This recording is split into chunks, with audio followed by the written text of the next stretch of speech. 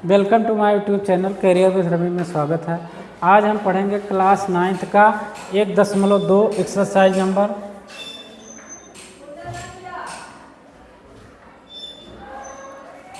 पहला सवाल है, नीचे दिए गए कथन सत्य या असत्य है, कारण के साथ अपने उत्तर दीजिए। पहला सवाल है, प्रत्येक अपरिमेय संख्या एक वास्तविक संख्या होती है। ये सत्य है कि असत्य है, इसके बारे में आके हम पढ़ते हैं। पहले तो हम जान लें संख्या क्या होती है। संख्या दो प्रकार की होती है। आपका एक हो गया वास्तविक संख्या,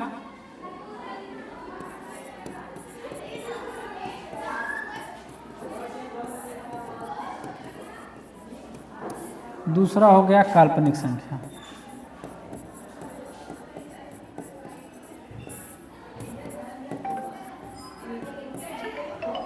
वास्तविक संख्या दो प्रकार की होती है, परिमेय संख्या और दूसरा अपरिमेय संख्या।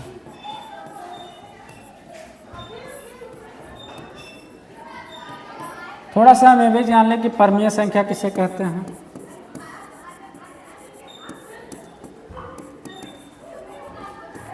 परिमेय संख्या P/Q के रूप में होती है, जहाँ Q 0 के बराबर नहीं होता है।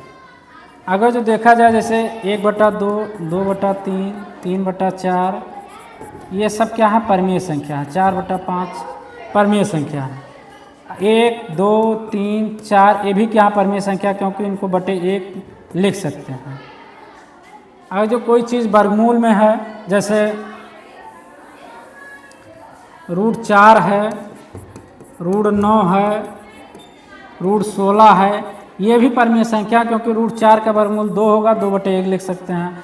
√9 का वर्गमूल 3 होगा, 3/1 लिख सकते हैं। √16 का तो 4/1, ये भी क्या है? परिमेय संख्या है। फिर अपरिमेय संख्या तब क्या है? जिनका वर्गमूल ना निकल सके वो क्या होते हैं? अपरिमेय संख्या। जैसे √3, √6, √8, √11, ये सब क्या है? अपरिमेय संख्या है। अपरिमेय संख्या है। अब काल्पनिक संख्या क्या है? काल्पनिक संख्या वो संख्या होती हैं जो अंडर रूट के साथ क्या हो? माइनस में हो। जैसे -√3, -√2, -√5, ये सब क्या है? काल्पनिक संख्या है।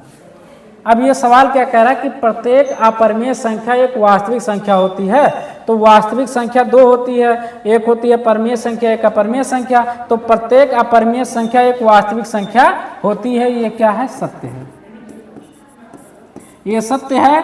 कारण उसमें यह है कि जो वास्तविक संख्या वो दो होती है, एक परिमेय संख्या, एक अपरिमेय संख्या, इसलिए अपरिमेय संख्या एक वास्तविक संख्या है। दूसरा सवाल है कि संख्या रेखा पर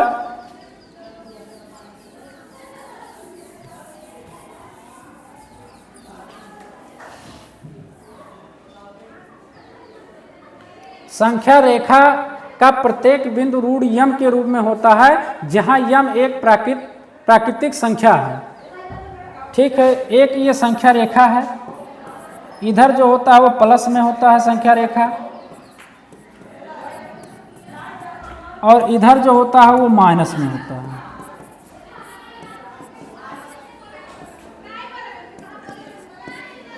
अब ये कह रहा है कि जो प्राकृतिक संख्या है वो √m के रूप में है, यानी इसको लिख सकते हैं √1, √2, √3, √4, √5, इसको तो लिख सकते हैं। लेकिन इधर जो है ये माइनस में है संख्या रेखा, -√1, -√2, -√3, ये क्या है? ये काल्पनिक संख्या है, ये वास्तविक संख्या नहीं है। इसलिए संख्या रेखा का प्रत्येक बिंदु √m के रूप में होता है, ये असत्य है।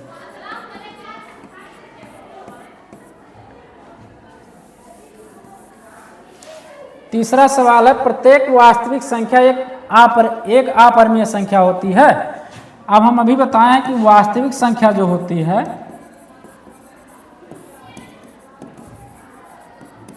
वो दो तरीके की होती है, एक परिमेय संख्या, एक अपरिमेय संख्या। अब ये कह रहे हैं कि प्रत्येक वास्तविक संख्या एक अपरिमेय होती है। प्रत्येक वास्तविक संख्या एक अपरिमेय संख्या होती है, नहीं वास्तविक संख्या जो होती है वो परमीय अपरमीय दोनों हो सकता है, इसलिए ये क्या है, असत्य। तीसरा सवाल क्या है, तीसरा इसमें पहले का तीसरा क्या है, असत्य है। दूसरा है कि सभी धनात्मक पूर्णांकों के वर्गमूल अपरिमेय होते हैं। पहले धनात्मक पूर्णांक देख लेते हैं।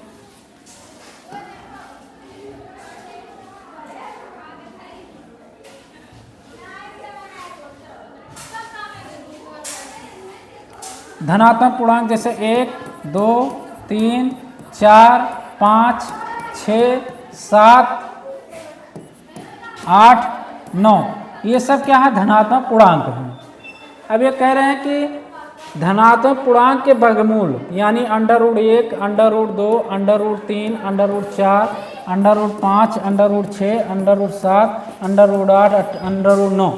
तो ये कह रहे हैं कि प्रत्येक सभी धनात्मक पूर्णांकों के वर्गमूल अपरिमेय होते हैं। चलिए ठीक है, ये अपरिमेय है, ये अपरिमेय है, ये अपरिमेय है, लेकिन √4 का जो वर्गमूल होगा वो 2 आएगा, 2/1 लिख सकते हैं। ये भी अपरिमेय है, ये भी अपरिमेय है, ये भी अपरिमेय है, ये भी अपरिमेय है, लेकिन इसका वैल्यू कितना होगा, 3/1, यानी ये हो गया परमीय, और ये भी क्या हो गया, परमीय। इसलिए हम कह सकते हैं कि सभी धनात्मक पूर्णांकों के वर्गमूल अपरिमेय नहीं होते हैं, कुछ ऐसे हैं जो परमीय होते हैं। तो एक ऐसी संख्या का वर्गमूल उदाहरण दीजिए जो एक परमीय हो, तो वो हो गया √4, √9, √16, ये सब क्या है, ऐसे धनात्मक पूर्णांक के वर्गमूल हैं कि जो परमीय हैं, बाकी ये सब जो चीज़ें क्या हैं वो अपरमीय हैं।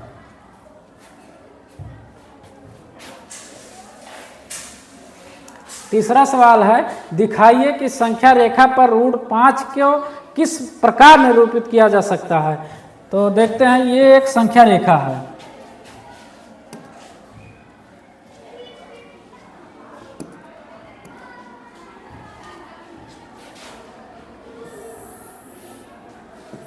ये 0, ये 1, 2, यहाँ 3, 4, 1, 2, 3, 4, -1, -2, -3, -1। अब ये कह रहा है कि संख्या रेखा पर √5 को दर्शाना है। √5 के लिए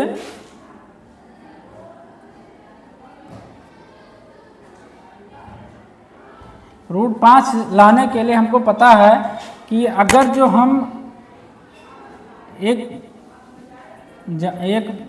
थ्योरम जानते हैं पाइथागोरस प्रमेय, उसमें है कि आधार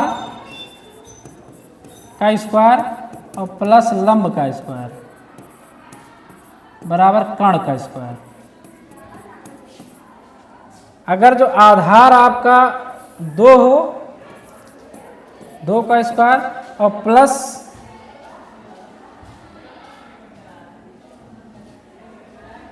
लंब आपका 1 हो, कितना हो, 1 हो, बराबर कर्ण का स्क्वायर। तो ये हो जाएगा 2 दूनी 4 और 1 करने में 1 बराबर कर्ण का स्क्वायर। तो ये हो गया 5 बराबर कर्ण का स्क्वायर। ये हो गया √5 बराबर कर्ण। यानी √5 लाने के लिए ये इसकी जितनी दूरी है ये क्या होगा, लंब होगा। क्या होगा, लंब होगा। और यहाँ से यहाँ तक की दूरी क्या होगा, आधार होगा। ये होगा आपका 1 और ये होगा आपका 2, तब ये निकलेगा आपका √5। फिर ये आपका यहीं जाके ये संख्या रेखा पर दर्शाया जाएगा। Thank you.